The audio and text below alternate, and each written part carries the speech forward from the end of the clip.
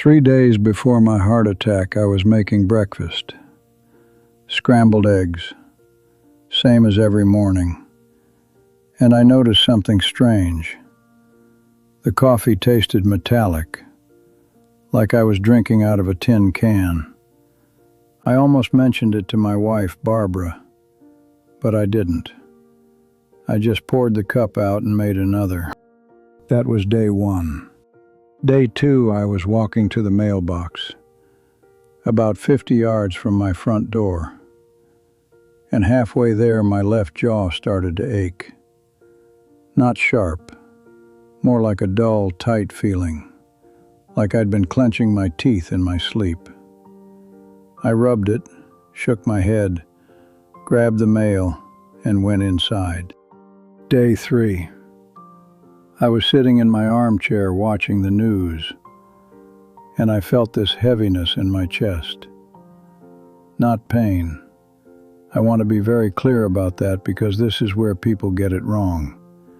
It wasn't a stabbing pain. It was pressure, like someone had placed a sandbag right in the center of my chest, and my left arm started tingling, like it was falling asleep. Barbara looked at me and said, "Frank, you're gray." And I remember thinking, this is the part that haunts me. I remember thinking, I'm probably fine. It's probably nothing. It wasn't nothing. I had a massive heart attack 40 minutes later in the ambulance. They had to resuscitate me twice. I'm 83 now. That was 7 years ago. And I'm telling you this because those 3 days of warnings are not unique to me. Your body does the same thing. It warns you, but we don't know the language. Let me go back further. I was a high school football coach. Spent 32 years on the sideline. I was fit, or I thought I was. I could outrun most of my players into my 50s.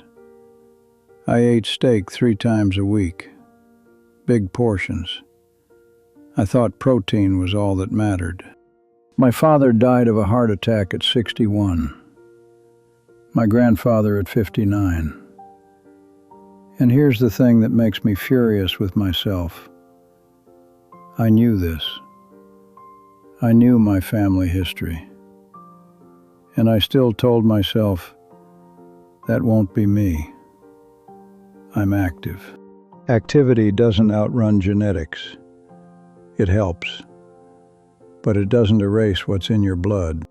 After the heart attack, my cardiologist, a woman named Dr. Fan, one of the smartest people I've ever met, sat me down and said something that changed my life.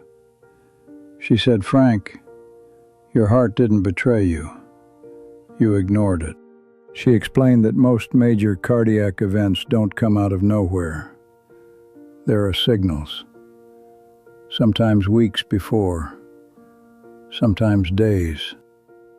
And the number one reason people miss them is because they don't match what we see in the movies. In the movies, a heart attack is dramatic. A man grabs his chest, falls to the floor. In real life, it's subtle. It's that metallic taste. It's unexplained jaw pain. It's fatigue that comes on suddenly for no reason. It's indigestion that isn't really indigestion. It's nausea you can't explain. It's a strange cold sweat when you're not exerting yourself. For women, it's even more subtle. Nausea, back pain, shortness of breath. That's it. No chest clutching. No dramatic collapse. Dr. Fan told me to write down what I experienced in those 3 days. She said, if you can save even one person by telling your story, your heart attack had a purpose. So here I am, telling you. After surgery and rehab, I changed everything. I stopped eating red meat entirely. I know that's hard for some of you to hear. I was a steak man. I loved it. But I loved being alive more.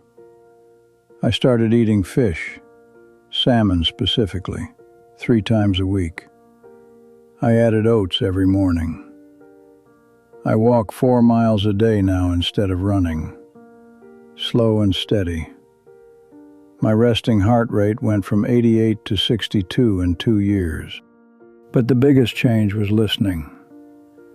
I pay attention to my body now in a way I never did before.